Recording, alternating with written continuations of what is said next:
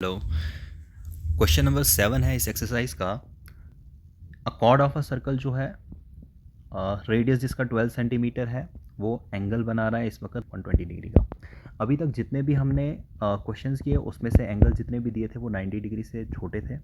यहाँ पे जो एंगल दिया गया है वो 90 से बड़ा है। Find the area of the corresponding segment of the circle. ठीक है, ये डायग्राम यहाँ पे बनी हुई है। ये एक कॉर्ड है पी क्यू जो अंदर लाइन सेगमेंट है और बाहर वाली जो है वो आर्क है। 120 डिग्री का एंगल बना रहा है। यहाँ पे हमने निकालना है कॉरस्पॉन्डिंग सेगमेंट। जब भी खाली कॉरस्पॉन्डिंग सेगमेंट का नाम है तो इसका मतलब है कि माइनर सेगमेंट का हमने एरिया निकालना है। तो एरिया ऑफ माइनर सेगमेंट जो है वो किसके बराबर होता है? एरिया ऑफ माइनर सेगमेंट होता है, अब माइनर सेगमेंट हमें पता है कि एरिया ऑफ माइनर सेगमेंट होता है सेक्टर का area, area of sector, area of sector minus करेंगे हम एरिया ऑफ ट्राइंगल को। और ट्राइंगल भी ध्यान रखना कि एरिया ऑफ ट्राइंगल जो है हमारे पास वो कौन सी है? O P Q.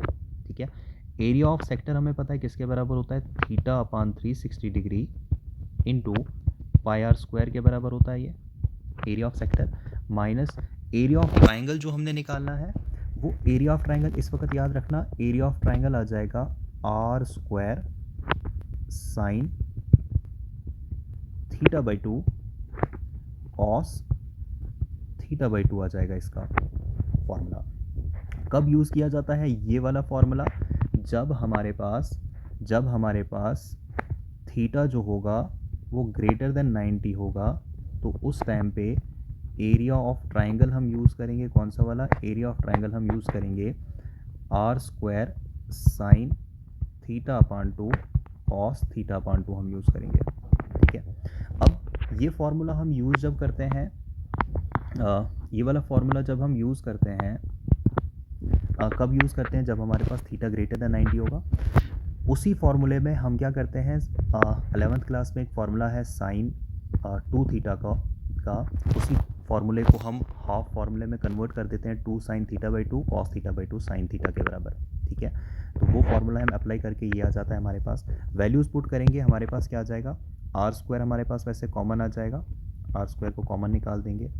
थीटा हमारे पास यहाँ पे दिया गया है 120 डिग्री के बराबर अपान 360 डिग्री इंटू पाई आ गया, बोला गया है कि 3.14 ही यूज़ करना है, माइनस आर स्क्वायर को पहले ही कॉमन निकाल दिया, ये बन जाएगा साइन थीटा बाई 2। थीटा है 120 अपान 2 और ध्यान रखना कि ये जो 2 डिवाइड में है ये एंगल के साथ ही है, इसको आप कॉमन वगैरह नहीं ले सकते हो। कॉस थीटा अपान 2 का मतलब 120 डिग्री अपान 2 के बराबर। ठीक है, ये बन जाएगा आर स्क्वायर की वैल्यू है 12 का स्क्वायर। इसको देखते हैं कि क्या क्या कट हो जाएगा।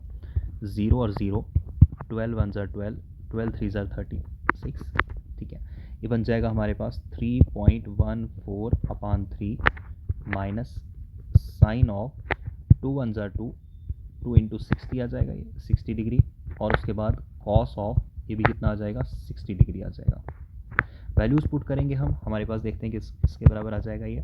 12 का स्क्वायर आ जाएगा 144 के बराबर, और ये जो हमारे पास 3.14 है इसको जब हम डिवाइड करेंगे 3 के साथ, हमारे पास आ जाएगा 1.047 लिख लेते हैं राउंड ऑफ करके, माइनस साइन 60 की वैल्यू हमारे पास कितनी होती है? √3 अपान 2 के बराबर होती है, ट्रिग्नोमेट्री में पड़ा हुआ है। और कॉस 60 की वैल्यू जो है वो किसके बराबर होती है? 1 अपान 2 के बराबर। ठीक है, ये आ जाएगा हमारे पास 144 इंटू 1.047। √3 की वैल्यू हमारे पास ऊपर दी गई है, वो किसके बराबर है? 1.73 के बराबर। 1.73 डिवाइडेड बाय 4, फिर हमारे पास कितना आ जाएगा? ये 144 हमारे पास आ जाएगा 1.73, जब हम डिवाइड करेंगे 4 के साथ तो ये आ जाएगा 0.433, हम लिख देते हैं इसको। हमारे पास आ जाएगा 0.614 के बराबर। 144 को जब हम 0.614 के साथ मल्टीप्लाई करेंगे तो हमारे पास आ जाएगा 88.416 सेंटीमीटर का स्क्वायर। इसका आंसर है क्वेश्चन का। ठीक है, एक और मेथड भी दिया गया है इसका एग्जांपल में, वो वाला मेथड भी देख सकते हो। ये एक सिंपल तरीका है, डायरेक्ट तरीका है। अगर किसी को ये समझना है कि ये एरिया ऑफ ट्रायंगल जो हमने पिछले क्वेश्चन में किया और यहाँ पे जो हमने ये एरिया ऑफ ट्रायंगल यूज़ किया ये वाला, ये किस तरीके से आया, तो कमेंट में बता देना, मैं इसको समझा दूंगा। नेक्स्ट क्वेश्चन है, a horse is tied to a peg. Peg होता है जिसके साथ वो रस्सी बंधी होती है, जिसको खंभा कहते हैं, उसके साथ बंधा हुआ है। ठीक है, at one corner of a square shaped grass field. ये ग्रास फील्ड है, स्क्वायर शेप्ड का ग्रास फील्ड है ये, जहाँ पर कॉर्नर पे एक रस्सी के साथ एक घोड़ा बंधा हुआ है। ठीक है, उस रस्सी की लेंथ जो है, अच्छा फिलहाल तो ग्रास शेप्ड की लेंथ दी गई है 15। अब क्योंकि ये स्क्वायर है तो हर एक साइड जो है वो किसके बराबर आ जाएगी, 15 के बराबर आ जाएगी। ठीक है, उसके बाद हमें क्या दिया गया है, हमें दिया गया है by mean of a 5 metre long rope. ये जो रस्सी है वो है 5 मीटर की। ठीक है, कितनी लंबी है ये, 5 मीटर लॉन्ग है ये रस्सी। उसके बाद क्या किया जा रहा है, हमने देखना है कि the area of the part of the field in which horse can graze. हमने देखना है कि कितने एरिया में ये हॉर्स जो है वो ग्रेज करेगा। जिस एरिया में ये ग्रेज कर सकता है, हमने देखना है कि वो शेप जो है वो कौन सी बनेगी। हमने देखा कि ये रस्सी जो है, फॉर एग्जांपल वो घोड़ा जो है वो फॉर एग्जांपल इधर तक ही ले सकता है क्योंकि ग्रास फील्ड इधर तक ही है, और यहाँ से फॉर एग्जांपल ये इधर तक ही जा रहा है।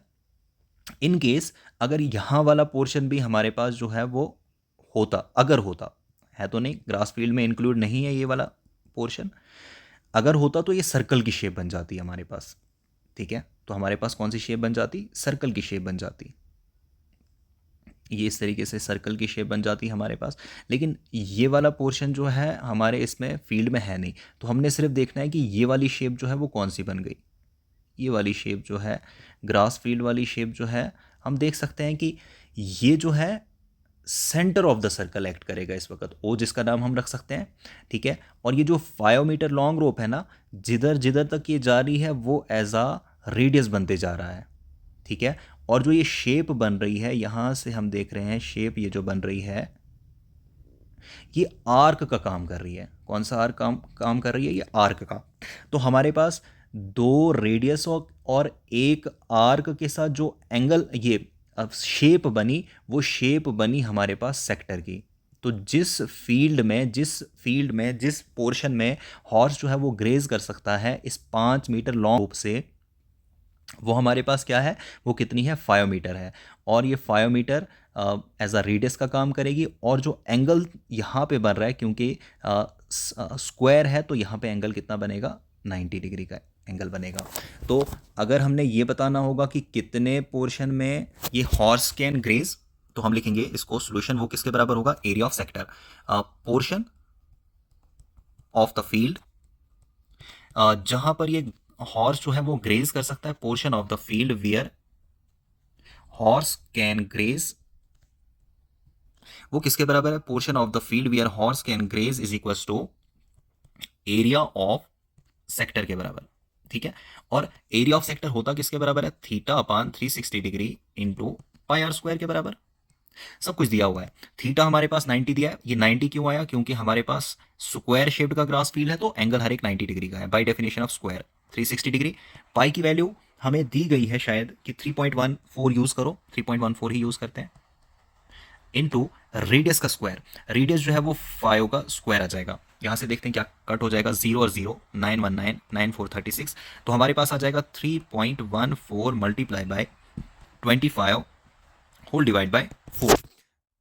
जब हम इस सब को डिवाइड करेंगे तो हमारे पास आ जाएगा 78.5 डिवाइडेड बाय 4, तो हमारे पास आंसर आ जाएगा 19.625 सेंटीमीटर का स्क्वायर। ये क्या है, area where horse can graze. ठीक है, इतने पोर्शन ऑफ एरिया में हॉर्स जो है वो ये घास खा सकता है। ठीक है, अब इसी का दूसरा पार्ट भी है कि increase in grazing area of the rope were 10 metre long instead of 5 metre. अब अगर रस्सी को हमने 5 मीटर की जगह 10 मीटर कर दिया तो बताओ कितने पोर्शन में ये ग्रेज कर सकता है। ठीक है, इंक्रीज़ कितना हुआ वो पोर्शन।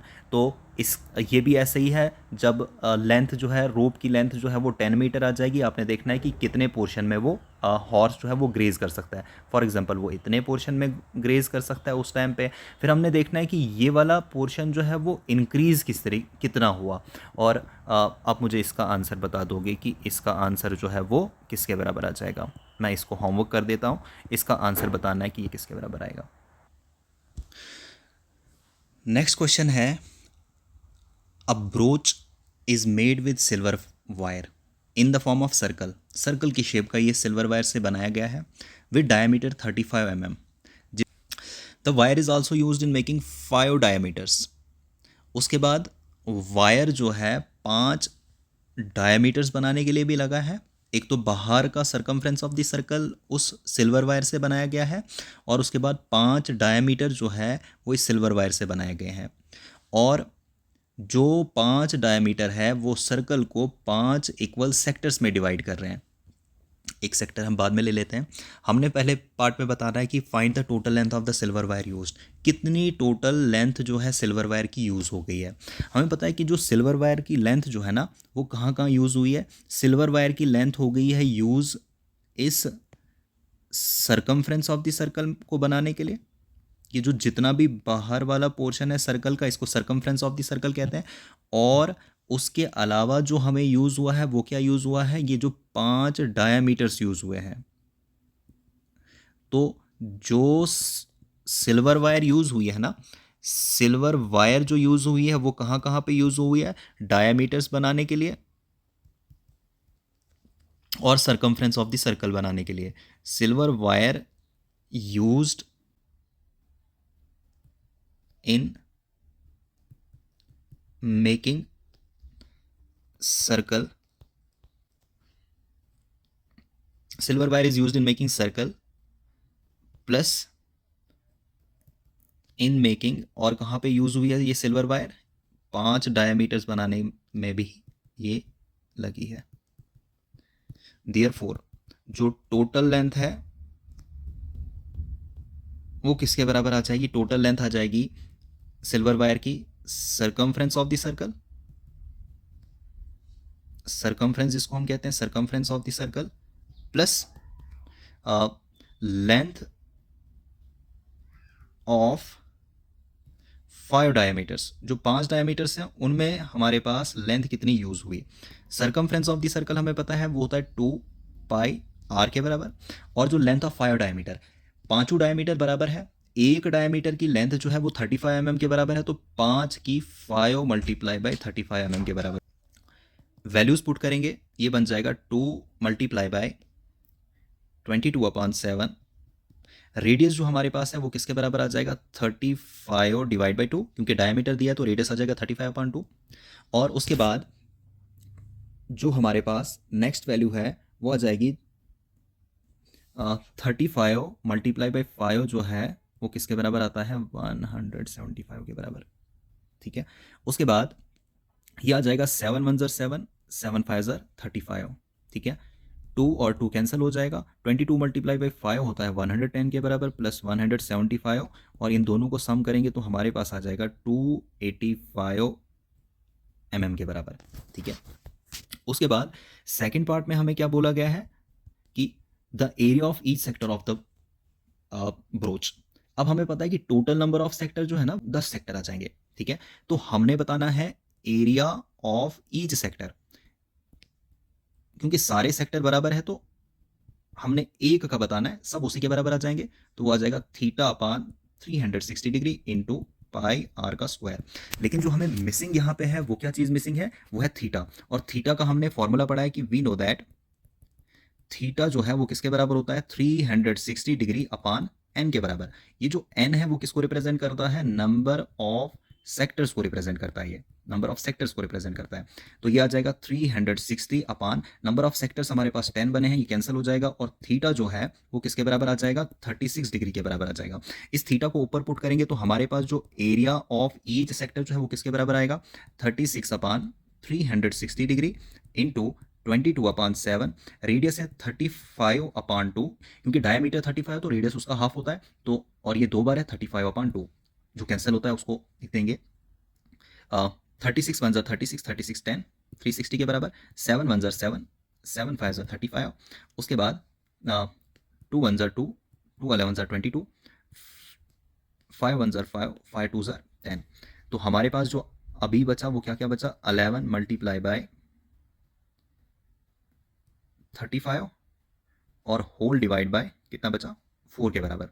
ठीक है, अब 35 को जब हम मल्टीप्लाई करेंगे 11 के साथ तो हमारे पास आ जाएगा 350 और 385 होल डिवाइडेड बाय 4, और 385 डिवाइड बाय 4 जो है वो किसके बराबर आ जाएगा, 96.25 के बराबर वो आ जाएगा हमारे पास आंसर इसका।